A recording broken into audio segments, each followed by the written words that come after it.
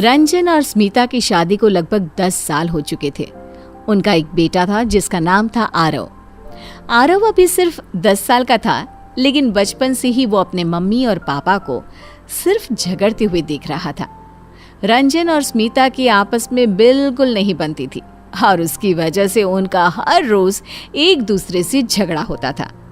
आरव का पूरा बचपन अपने मम्मी और पापा की लड़ाई देखते हुए बीत रहा था। मुझे ऑफिस के लिए देर हो रही है, आज आरव को स्कूल के लिए तुम छोड़कर जाना। आपका तो रोज का बहाना है। मुझे घर में कितने काम होते हैं, कभी इस बारे में सोचा है आपने? मैं आरव को स्कूल छोड़ने नहीं जा सकती। ठीक है, फिर उसकी छुट्टी करवा दो, लेकिन मैं आज उसे स्कूल छोड़ने किसी भी कीमत पर नहीं जा सकता। मेरी इंपॉर्टेंट मीटिंग है ऑफिस में, मुझे देर हो रही है, जा रहा हूं मैं। 1 मिनट, आरव अकेला मेरा बेटा नहीं है, उसकी जिम्मेदारियां संभालना आपका भी काम है और मैं उसकी छुट्टी बिल्कुल नहीं करवाने वाली, क्योंकि उसका भी आज स्कूल में एग्जाम है। जितनी देर मुझसे बहस करने में टाइम खराब करोगी ना, उतनी देर में अपने बेटे को स्कूल छोड़कर भी आ जाओगी। मैंने कहा ना, मैं आरव को स्कूल छोड़ने नहीं जाऊंगी। थोड़ी देर में मेड आने वाली है, वो आकर चली गई तो सारा दिन मुझे ही बर्तन घिसने पड़ेंगे। अरे तो कौन सा पहाड़ टूट पड़ेगा? एक दिन अगर घर का काम खुद कर लोगी तो आफत नहीं आ जाएगी। तुम तो ऐसे ही कह रहे हो जिसे रोजाना मैं घर का काम करती ही नहीं। तुम ऑफिस से आकर खाना बनाती हो ना रोज। मम्मी पापा, आप दोनों मेरी वजह से झगड़ा मत करिए, मैं अकेले ही स्कूल चला जाता हूँ। देखा, थोड़ी शर्म करो। तुम्हारा बेटा अकेला स्कूल जाने को तैयार है, तुम नहीं सुधरने वाले। तुम्हारे जैसी औरत से शादी करके मैंने अपनी जिंदगी खराब कर ली। चलाओ बेटा, मैं तुम्हें स्कूल छोड़कर जाता हूँ।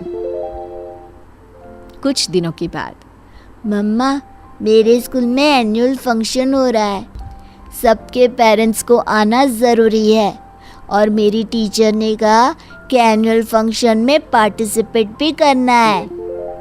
ठीक है बेटा, अगर तुम पार्टिसिपेट करना चाहते हो तो कर लो, इसमें प्रॉब्लम क्या है?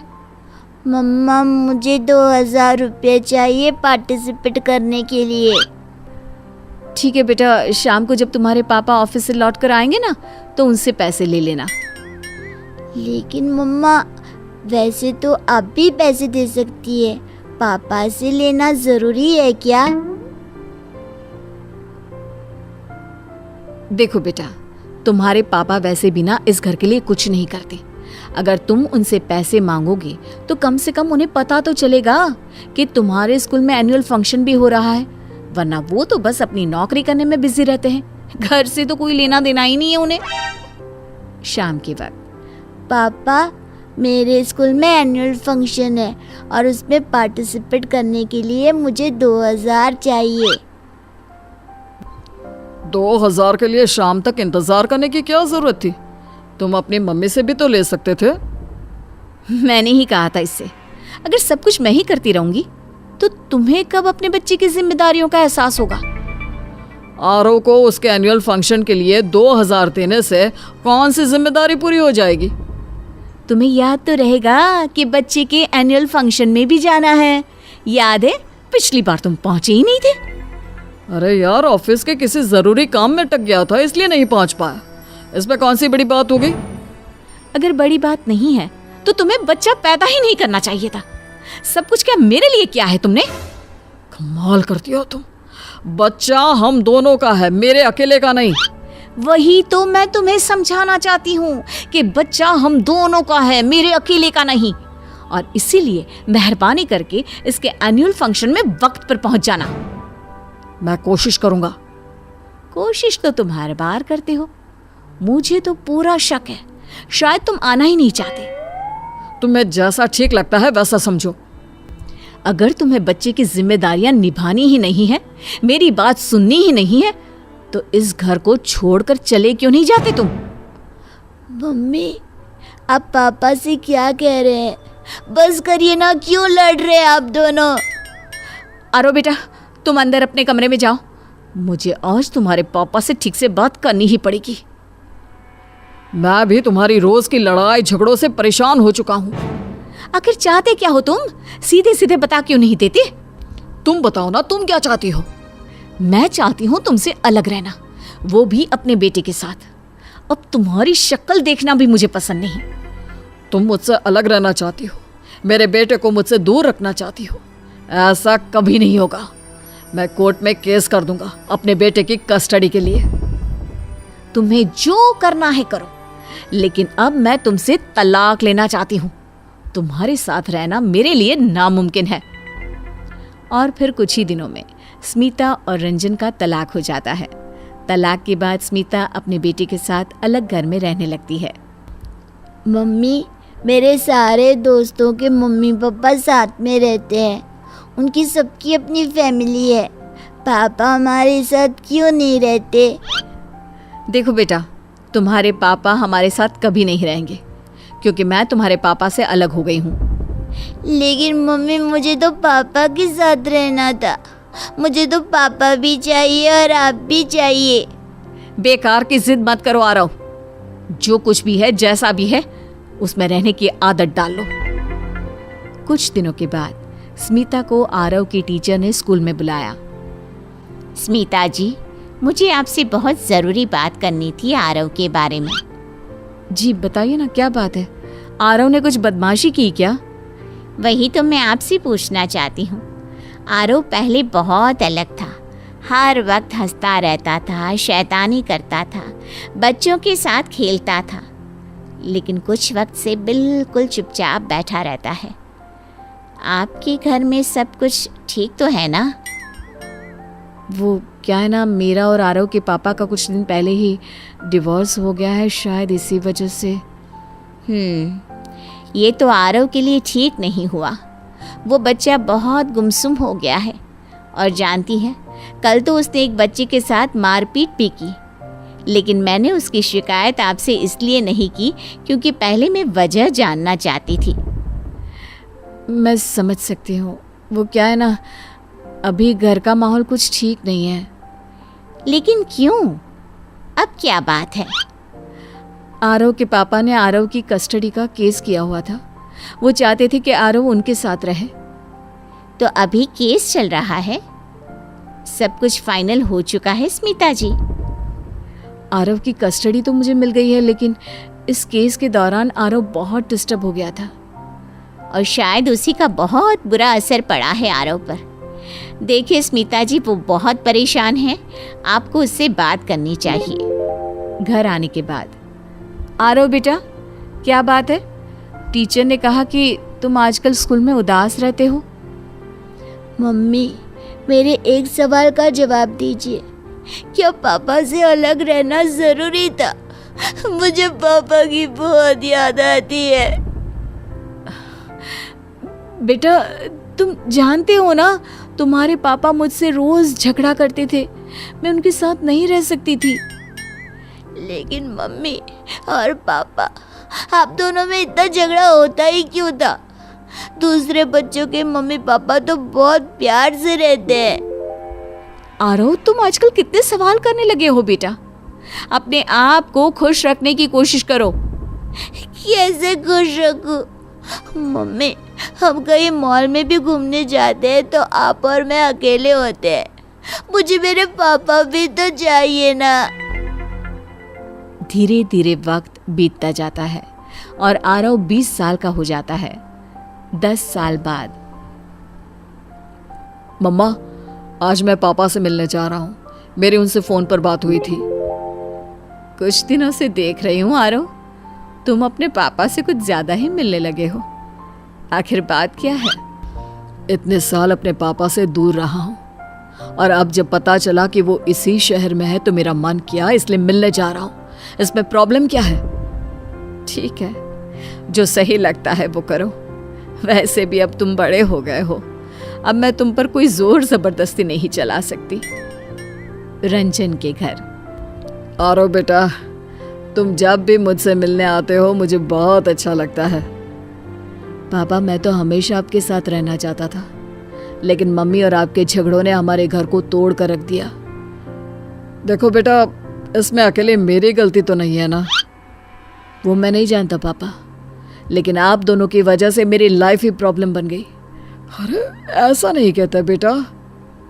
एक बात बताइए पापा, अगर आपको मम्मा से अलग होना ही था तो मुझे पैदा करने की क्या ज़रूरत थी? एक बच्चे को जन्म देने से पहले कम से कम आपको ये तो सोचना चाहिए था कि आप दोनों को मिलकर उसकी जिम्मेदारी उठानी है। लेकिन शुरुआत में सब कुछ ठीक था आरव। तुम्हारी मम्मी और मेरे इतने झगड़े नहीं हुआ करते थे। तो पापा, मेरे होने के बाद भी आप लोगों को थोड़ा ध्यान तो रखना चाहिए था ना। आप जानते हैं आज कॉलेज में मेरी कोई गर्लफ्रेंड नहीं है। लेकिन क्यों बेटा, तुम तो देखने में इतने स्मार्ट हो, तुम्हें कोई भी लड़की मिल जाएगी। पापा, कोई भी लड़की एक डिवोर्सी पेरेंट्स के लड़के के साथ रिलेशनशिप रखने में 10 सवाल पूछती है। आरव, तुम्हारे मम्मी पापा अलग क्यों हुए हैं? तुम्हारी फैमिली में क्या प्रॉब्लम है? और भी न जाने क्या क्या। देखो बेटा, अब जो हो गया सो हो गया। कुछ दिनों के बाद, मॉम, अब मेरी जॉब लग चुकी है और मैंने अपने लिए एक फ्लैट देख लिया है, मैं वहीं पर रहूँगा। लेकिन क्यों आरव, तुम हमेशा से मेरे साथ इस घर में रहे हो, अब अलग घर लेने की क्या ज़रूरत है? मॉम, मुझे अपने हिस्से की प्राइवेसी चाहिए, मैं अलग रहना चाहता हूँ। वैसे भी मैं अपनी जॉब में बहुत बिजी रहता हूँ, देर रात को ऑफिस से आता हूँ, आपको प्रॉब्लम होगी। अरे कैसी बात कर रहा है आरव, मुझे कोई प्रॉब्लम नहीं होगी, तुम कभी भी घर आ सकते हो बेटा। लेकिन माँ, मेरी अभी अभी गर्लफ्रेंड बनी है और वो मेरे साथ लिव इन में रहना चाहती है। अब इस घर में तो हम लिव इन में नहीं रह सकते ना। लिव इन में रहने की क्या ज़रूरत है आरव? अगर तुम दोनों एक दूसरे को पसंद करते हो तो शादी कर लो, मैं तुम्हारी शादी के लिए हाँ कर दूंगी। चाहे लड़की कोई भी हो, कैसी भी हो, मैं तुम्हें मना नहीं करूंगी। माँ, मैं शादी नहीं करना चाहता। मैंने आपको और पापा को शादी के बाद इतना झगड़ते हुए देखा है। मैं शादी के लिए बिल्कुल भी रेडी नहीं हूँ और मेरी गर्लफ्रेंड भी नहीं है। लेकिन बेटा प्लीज़ घर छोड़कर मत जाओ। सॉरी माँ, जब मैं छोटा था तो मैंने आपसे बहुत बार कहा था पापा से अलग मत हो, तब आपने मेरी कोई बात नहीं सुनी। अब प्लीज़ मुझे जाने दीजिए। और इस तरह आरव अपनी माँ का घर छोड़कर चला जाता है। इस वजह से स्मिता बहुत दुखी होती है। जब रंजन को इस बात का पता चलता है तो वो स्मिता से मिलने उसके घर आता है। कितने साल हो गए हम दोनों को एक दूसरे की शक्ल देखे, एक दूसरे से अलग हुए। ठीक कह रहे हो रंजन, हमने अपनी लड़ाई झगड़े के चक्कर में अपनी जिंदगी बस ऐसे ही गुजार दी। एक दूसरे की जिंदगी का तो पता नहीं स्मिता, लेकिन हमारे बेटे की लाइफ ज़रूर खराब हो गई। सही कहते हैं आप, मुझे अपने गुस्से पर कंट्रोल रखना चाहिए था, आपसे अलग नहीं होना चाहिए था। आज मेरा बेटा घर छोड़कर चला गया तो मुझे इस बात का एहसास हो रहा है। गलती तुम्हारे अकेले की नहीं है स्मिता। आज आरव शादी नहीं करना चाहता क्योंकि उसकी नज़र में शादी का मतलब सिर्फ लड़ाई झगड़ा होता है। और कहीं ना कहीं तुम्हारे साथ मैं भी इस बात के लिए जिम्मेदार हूँ। शुभ संग नीना का विवाह। शादी का कार्ड पढ़कर शुभ मन ही मन मुस्कुरा रहा है। शुभ की शादी उसकी माँ वीना की मर्जी से हो रही है। कुछ ही दिनों में दोनों की शादी हो जाती है और शुभ नीना को बहुत पसंद करने लगता है। लेकिन बाद में ऐसा क्या हो जाता है कि शुभ अपनी पत्नी को तलाक देने के लिए तैयार हो जाता है। आइए जानते हैं हमारी इस कहानी में। माँ, मुझसे और नीना से जो भी मिलने आता है वो मेरी तो बिल्कुल तारीफ ही नहीं करता, बस नीना की तारीफ करता रहता है। क्यों करवाई आपने इतनी अच्छी लड़की से मेरी शादी? बेटा, अक्सर दूल्हा इसलिए रोता है कि उसे अच्छी बीवी नहीं मिली, और तू इसलिए रो रहा है कि तुझे अच्छी बीवी मिली है। नहीं माँ, रो नहीं रहा हूँ, थैंक्स बोल रहा हूँ। आपकी पसंद की लड़की से शादी करके मैंने कोई गलती नहीं की। तभी शुभ के फ़ोन पर किसी लड़की का फ़ोन आ गया। वो बात करने बाहर चला गया। जब बाहर से वापस आया तो बोला, माँ, मेरी दोस्त काशी का फ़ोन था, वो कल सुबह घर आ रही है नीना से मिलने। वो हमारी शादी में नहीं आ पाई थी ना, इसलिए अब मिलने आ रही है। ये काशी वही है ना जो तेरे साथ कॉलेज में पढ़ती थी? हाँ माँ, वही है। मुझे पसंद नहीं वो लड़की। क्यों बुलाया तूने उसे? माँ, वो मेरी दोस्त है, खुद घर आने के लिए बोल रही थी, मना कर देता क्या? शुभ अपनी माँ को चुप करा देता है। अगली सुबह काशी वहाँ आ जाती है। शुभ उसे नीना से मिलाता है। काशी नीना से मिलकर कहती है, शुभ, तुम्हारी वाइफ सच में बहुत अच्छी है। आंटी जी से तो मैं मिल चुकी हूँ। चलो, तुम्हारी फैमिली तो पूरी हो गई। अभी कहाँ, अभी तो मुझे पोता या पोती का मुंह देखना है, तब कहीं जाकर मेरा परिवार पूरा होगा। काशी को ये बात अच्छी नहीं लगती। वो वहाँ से चली जाती है। एक दिन शुभ नीना को लेकर डिनर कराने होटल जाता है। वहाँ उन्हें अचानक काशी मिल जाती है। वो उनके पास आकर कहती है, हाय शुभ, हाय नीना। अरे काशी, तुम यहाँ क्या कर रही हो? मैं ना यहाँ क्रिकेट खेलने आई हूँ। ऑफ कोर्स यार, खाना खाने आई हूँ। चलो अच्छा है तुम लोग मिल गए, अब मैं तुम्हारे साथ खाना खाऊंगी। काशी नीना और शुभ के साथ खाना खाने बैठ जाती है और उनसे बातें करती है। तीनों खाना खाकर अपने अपने रास्ते चले जाते हैं। नीना शुभ से कहती है, ये बताओ, ये डिनर तो हम दोनों का ही था ना, तो ये काशी कहाँ से आ गई? अरे मुझे क्या पता, तुम तो ऐसे पूछ रही हो जैसे काशी को मैंने यहाँ बुलाया था। अरे पर वो यहाँ आई कैसे? मुझे नहीं पता कैसे आई। सच में यार, ऐसे क्या देख रही हो? मेरी आज इससे बात भी नहीं हुई। इसी तरह अगले दिन सुबह सुबह काशी बिना किसी को बताए शुभ के घर पहुंच जाती है और घर की डोरबेल बजाती है। शुभ दरवाजा खोलता है। अरे काशी, इतनी सुबह सुबह तुम यहाँ क्या कर रही हो? तुम्हें अच्छा नहीं लगा क्या मेरा आना? अरे मैंने सोचा तुम्हारी बीवी के हाथ का बना हुआ नाश्ता करूंगी। आखिर मैं भी तो देखूं तुम्हारी बीवी खाना कैसा बनाती है। बिल्कुल, मेरी बीवी ना आलू के पराठे बहुत टेस्टी बनाती है। शुभ नीना से नाश्ता बनवाता है और वो सबके साथ बैठकर नाश्ता करते हुए कहती है, शुभ, तुम्हें पता है और नो इंडिया पाकिस्तान का मैच है, आज वो देखता है। सब साथ मिलकर देखेंगे, मजा आएगा ना। Good idea. चलो, नाश्ता करने के बाद हम सब टीवी देखेंगे। भाई तुम सब टीवी देखो, मुझे समझ में नहीं आता ये मैच बैच। मैं सत्संग में जा रही हूँ, खाने के समय तक ही आ पाऊंगी। वीना वहाँ से चली जाती है और नीना घर के कामों में लग जाती है। काशी और शुभ सारा दिन एक साथ बैठकर टीवी देखते हैं और नीना उन दोनों के लिए खाना बनाकर लाती है। जब वीना घर आती है तो सारा नज़ारा देखकर बहुत गुस्सा हो जाती है।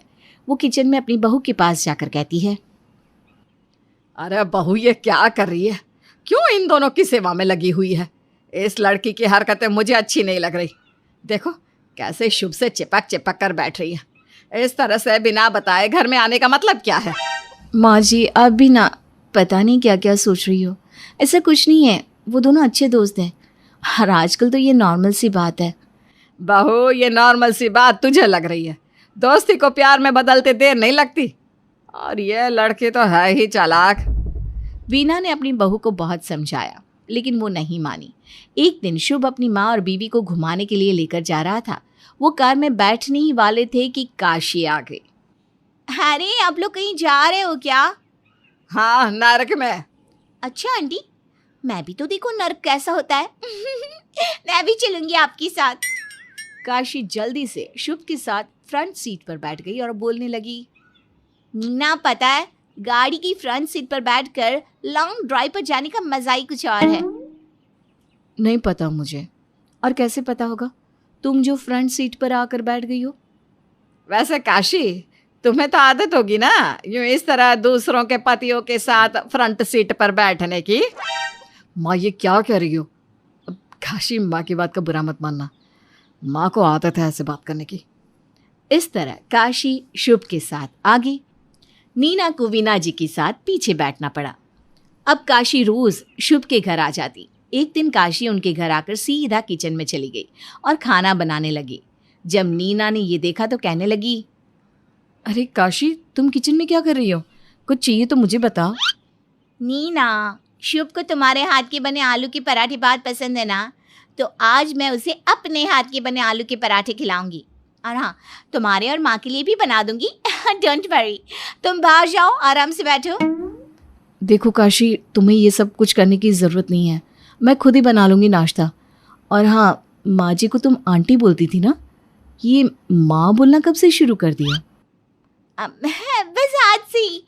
क्यों, तुम्हें अच्छा नहीं लगा क्या? नीना के मना करने के बाद भी काशी किचन में से नहीं गई और उसने शुभ को आलू के पराठे खिलाए तो शुभ उसकी बहुत तारीफ करने लगा। क्या बात है काशी, तुम तो नीना से भी अच्छा खाना बनाती हो। तुम्हें पसंद आया ये मेरे लिए बहुत बड़ी बात है, लेकिन तुम्हें ना मुझे इसका इनाम देना होगा। बताओ क्या चाहिए। मैं बहुत दिनों से शॉपिंग करने की सोच रही थी, चलो मुझे शॉपिंग कराने ले चलो, और इसी बहाने थोड़ा घूमना फिरना भी हो जाएगा। शुभ काशी को लेकर चला गया। अब काशी इसी तरह कभी उनकी किचन, कभी बेडरूम, तो कभी उनकी निजी जिंदगी में दखल अंदाजी करने लगी।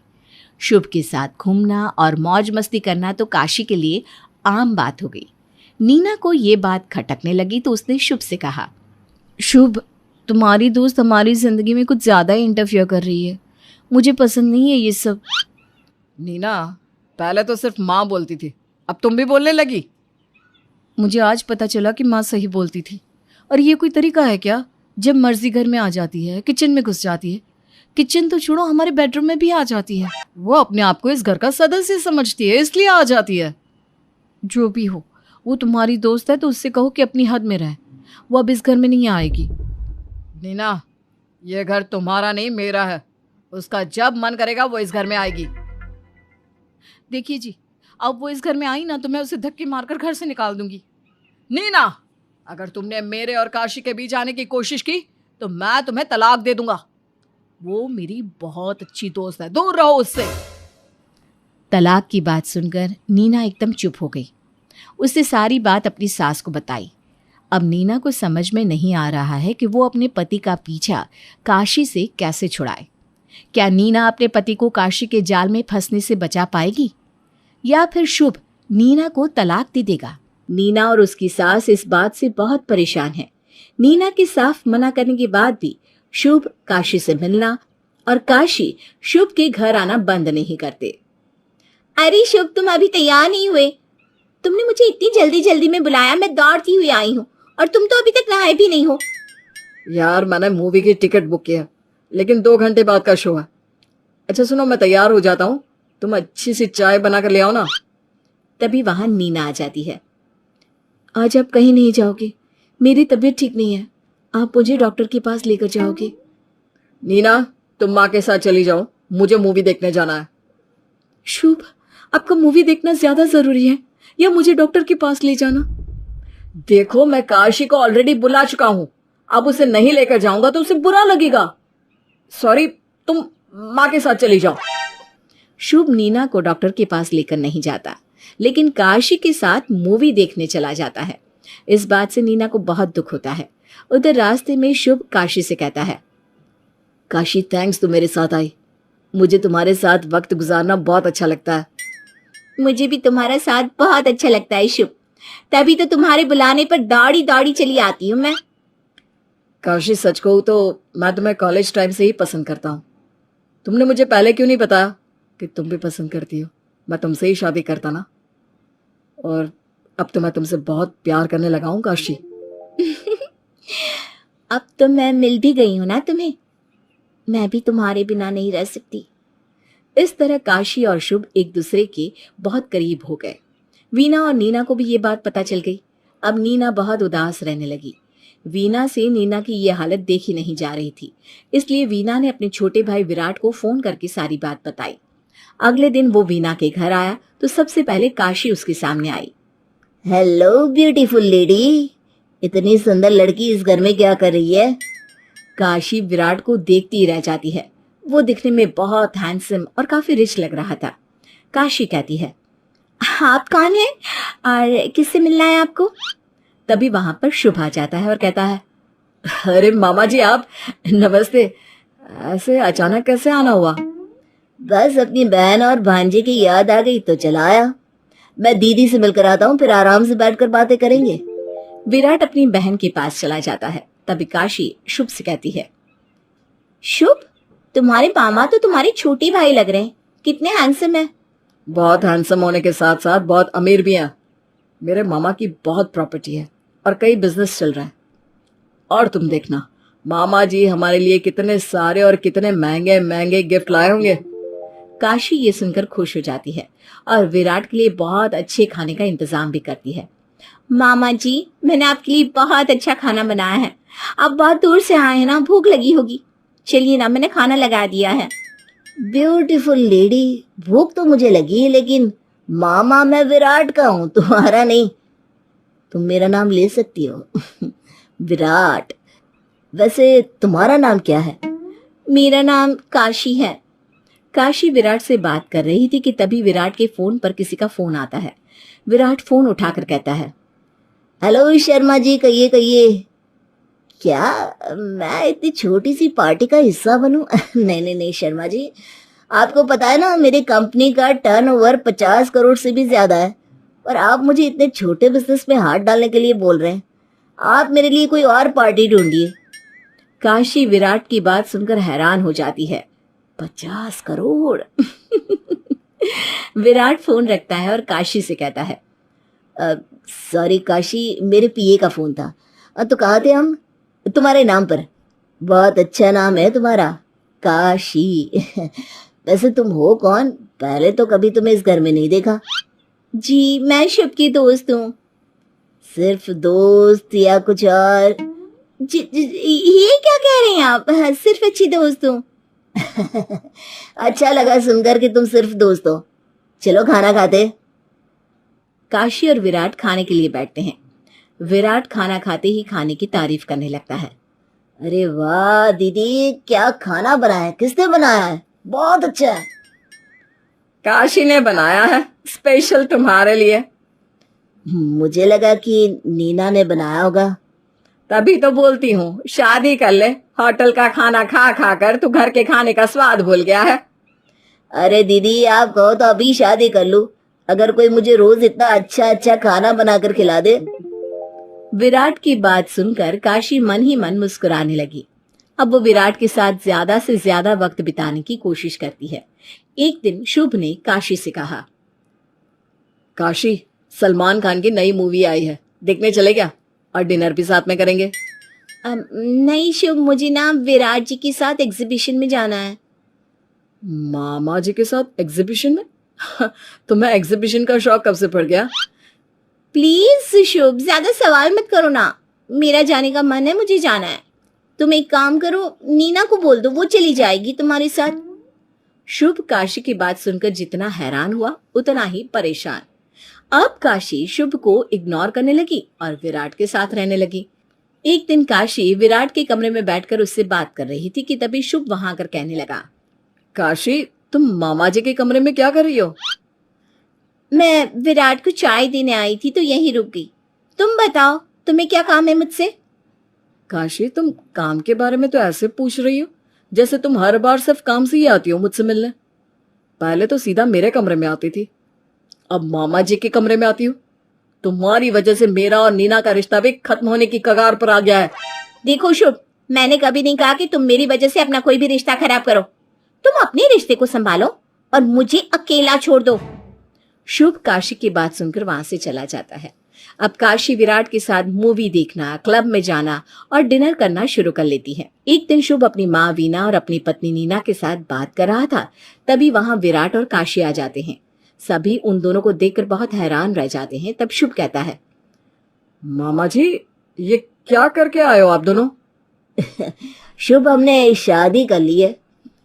तुम दोनों ने दूल्हा दुल्हन के कपड़े पहने हैं, गले में वरमाला है, काशी की मांग में सिंदूर है। ये देखकर तो कोई भी बता देगा कि तुमने शादी कर ली। लेकिन विराट, तुझे दुनिया में यही मिली थी शादी करने के लिए? अरे काशी, शर्म कर ले।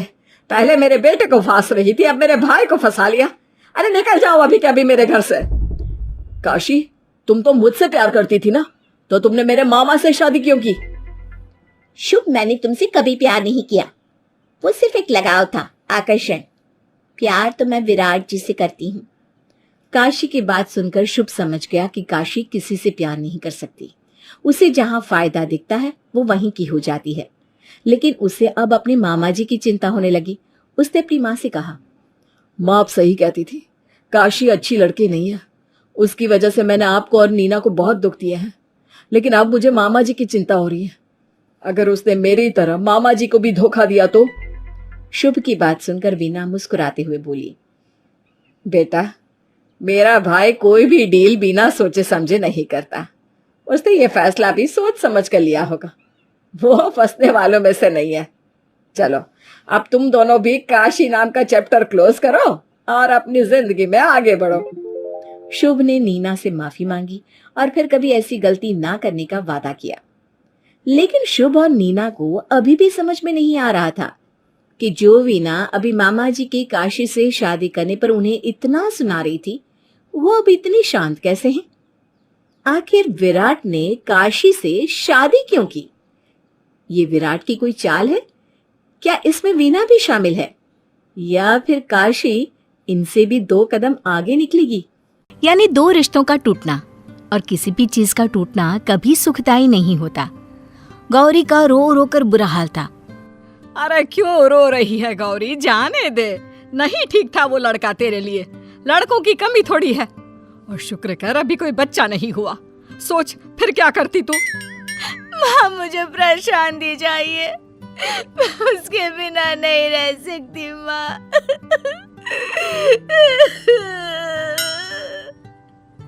उधर प्रशांत की माँ, देखो घर कितना खिल रहा है, वो नालायक चली गई तो कैसे मनहूस की तरह पड़ी रहती थी यहाँ। प्रशांत शांत खड़ा माँ की बात सुन रहा था। अरे एक नंबर की बेकार लड़की, न बात करने की तमीज, ना ठीक से ससुराल में रहने की। अरे न जाने क्या क्या माँ बाप सिखाकर भेज देते हैं ऐसी लड़कियों को। प्रशांत याद करने की कोशिश कर रहा था कि गौरी ने ऐसा क्या किया जो माँ को पसंद नहीं आ रहा है। माँ ठीक है, कुछ दिनों के लिए भेज दिया है, लेकिन तलाक? माँ, मैं तलाक नहीं लेना चाहता हूँ। चुप, बिल्कुल चुप। तलाक नहीं चाहिए। अरे कल तक तो शादी नहीं करनी थी, अब तलाक नहीं चाहिए क्यों? प्रशांत जो माँ से डरता था चुप हो जाता है। करता भी क्या, माँ के खिलाफ कैसे जा सकता था। माँ ने कहा गौरी से शादी करनी है तो कर ली। उधर गौरी की माँ गौरी के पिता से कहती है, ए जी, लड़का देखिए ना गौरी के लिए। और हाँ, किसी को बताने की जरूरत नहीं है कि एक शादी टूट चुकी है। तभी गौरी रोते हुए कहती है, टूटी नहीं है माँ, अभी कहाँ टूटी है। वो नहीं छोड़ेंगे मुझे, मैं जानती हूँ। अरे ना छोड़े, पर अब हमने नहीं भेजना तुझे वहाँ। बड़े आए बात बात पर मायके की गलती निकालने वाले। अरे छोटी सी उम्र की बच्ची है मेरी, समझ लेते थोड़ा। कहानी समझ में आ ही गई होगी। ना गौरी प्रशांत के बिना रह सकती थी, ना प्रशांत गौरी के बिना। लेकिन दोनों के घर वाले दोनों को अलग करने की ठान लेते हैं। एक रोज सुबह प्रशांत अपने कमरे में था। गौरी के बिना तो कमरा बिल्कुल अच्छा नहीं लगता। मैं कैसे उसे यहाँ लेकर आऊं?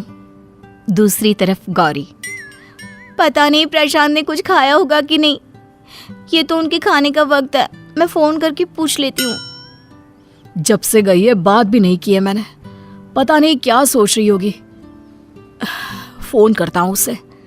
दोनों एक साथ एक दूसरे को फोन लगाते हैं, लेकिन दोनों के ही फोन नहीं लगते। हो सकता है परेशान हो या फोन खराब हो सकता है फोन कहीं रखा हो या फिर किसी और से बात कर रही हो। मैं बाद में कॉल करता हूँ। प्रशांत के फोन से गौरी को फोन करता देख उसकी बहन सीधी माँ के पास चली जाती है। मामा, प्रशांत भैया गौरी भाभी को फोन कर रहे थे। क्या बात की दोनों ने? लड़ाई की कि नहीं? माँ, शायद फोन ही नहीं लगा। सुन छुटकी, ये ले 100 रुपये। माँ, इसकी क्या जरूरत थी? अरे पैसे दे रही हूँ, अब काम सुन। भाई के फोन से गौरी का नंबर ब्लॉक कर दे, समझी? ठीक है माँ। ना रहेगा बांस, ना बजेगी बांसुरी। बड़ी आई फोन पर बात करने वाली। अरे बात तो अब कोर्ट में होगी। प्रशांत और गौरी को मिलाने वाला कोई नहीं था। कोई भी उन लोगों को एक नहीं होने देना चाहता था, लेकिन दोनों के मन में एक दूसरे के लिए प्यार बढ़ता ही जा रहा था। उनके कपड़े कौन धोता होगा, कौन प्रेस करता होगा, कौन दवाई देता होगा, पता नहीं शाम का नाश्ता करते भी होंगे या नहीं। वैसे मैं इतना क्यों सोच रही हूँ, सीधा बात ही कर लेती हूँ। गौरी प्रशांत को फोन करती है, लेकिन अब उसका नंबर तो बहन ब्लॉक कर चुकी होती है। प्रशांत ने मेरा नंबर ब्लॉक क्यों कर दिया? मैंने तो कुछ नहीं किया, वो तो जानता था ना। उस दिन भी वो मुझे ऐसे ही देख रहा था कि मैं घर से ना जाऊं। फिर गौरी रोने लग जाती है कि माँ आ जाती है। अरे क्या हो गया? प्रशांत ने मेरा नंबर ब्लॉक कर दिया। अरे इन लोगों की इतनी ही अकल है, ला फोन अपना, ब्लॉक कर दे तू भी। बड़ा आया। ये बोलकर माँ गौरी के फोन से भी प्रशांत को ब्लॉक कर देती है। अगले रोज प्रशांत भी गौरी को कॉल करता है, लेकिन प्रशांत खुद को ब्लॉक पाता है। गौरी ने ब्लॉक कर दिया? लेकिन क्यों? अरे यार, मैंने क्या गलत किया? जो कर रही है माँ कर रही है, मैंने तो कुछ नहीं किया। प्रशांत गौरी की कहानी जल्दी ही खत्म होने वाली थी। उधर प्रशांत की माँ तो यहाँ गौरी की। इस बीच गौरी के लिए एक लड़के का रिश्ता आ जाता है। क्या बात है, आप शादी नहीं करना चाहती? मैं शादीशुदा हूँ, दूसरी शादी कैसे कर सकती हूँ? लड़के वाले गुस्से में खड़े हो जाते हैं। क्या बहन जी, शादीशुदा लड़की से शादी करवा रही थी आप मेरे बेटे की? अरे बहन जी, बस तलाक होने ही वाला है, समझो कल परसों में तलाक तय है, तो क्या बताना इतनी छोटी सी बात को। छोटी सी बात? अरे मैं कुंवारा हूँ, शादीशुदा या तलाकशुदा लड़के से शादी क्यों करूँ? नाजीरा, नहीं करनी ऐसी शादी। लड़के वाले वहाँ से चले जाते हैं, लेकिन उन लोगों के जाने के बाद। अरे क्या है ये बेटा, कितना अच्छा लड़का था, पता है तुझे पसंद भी कर लेता। मना किया था कि जब शादी की बात नहीं बतानी है तो क्यों बोला? गौरी जो अब बिल्कुल विद्रोह के मूड में थी। क्यों ना बोलना? मैं कोई गुड़िया नहीं हूँ कि जहाँ बोलो वहाँ बैठ जाऊंगी, जिसके साथ बोलो उससे शादी कर लूंगी। हाय हाय, अब जबान भी चलने लगी। अरे नहीं बात करना चाहते वो लोग तुझसे, नहीं रखना चाहते तो मैं क्या करूं? अब घर में तो नहीं बिठा सकती ना सारी उम्र। ठीक है, कर देना शादी, लेकिन पहले तलाक तो हो जाने दो। मैं देख तो लूं कि क्या सच्ची प्रशांत मेरे बिना रह सकते हैं। अगर उन्होंने कहा तो हो जाऊंगी। उनकी माँ का फोन गौरी की माँ के पास आता है। कलेजे में ठंडक पड़ गई बेटी को घर बिठाकर। हाँ तो क्या हो गया? अरे एक से एक रिश्ते आज भी खड़े हैं मेरी बेटी के लिए, समझी? अब काम की बात करो। फोन क्यों किया? फालतू वक्त नहीं है मेरे पास। वो क्या है ना, कल आ जाना, अदालत में पेशी है दोनों बच्चों की। बोल देना गौरी से आखिरी बार मिल ले प्रशांत से। तुम भी देख लेना कैसा हीरा छूट रहा है। अरे जाओ जाओ, अच्छा है भगवान ने जल्दी ही छुटकारा दिला दिया। फिर वो दिन भी आ जाता है जब गौरी और प्रशांत कोर्ट में आमने सामने होते हैं। हाँ जी, तो लड़के वालों की तरफ से लड़का बोलेगा कि लड़की से क्या दिक्कत है। वो क्या है ना वकील साहब, ये जो लड़की है ना। आप लड़का हैं? लड़का बोलेगा। बोलो भाई, क्या समस्या हो गई? कोई समस्या नहीं है मुझे, मैं गौरी से बहुत प्यार करता हूँ। वाह, क्या केस है? तो लड़की को है क्या सारी प्रॉब्लम?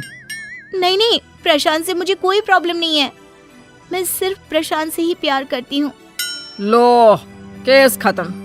दोनों को अलग करने की कोशिश किसी ने भी की तो जेल में भर दूंगा। चलो निकलो। और गौरी आज से प्रशांत के साथ ही रहेगी, यह अदालत का फैसला है।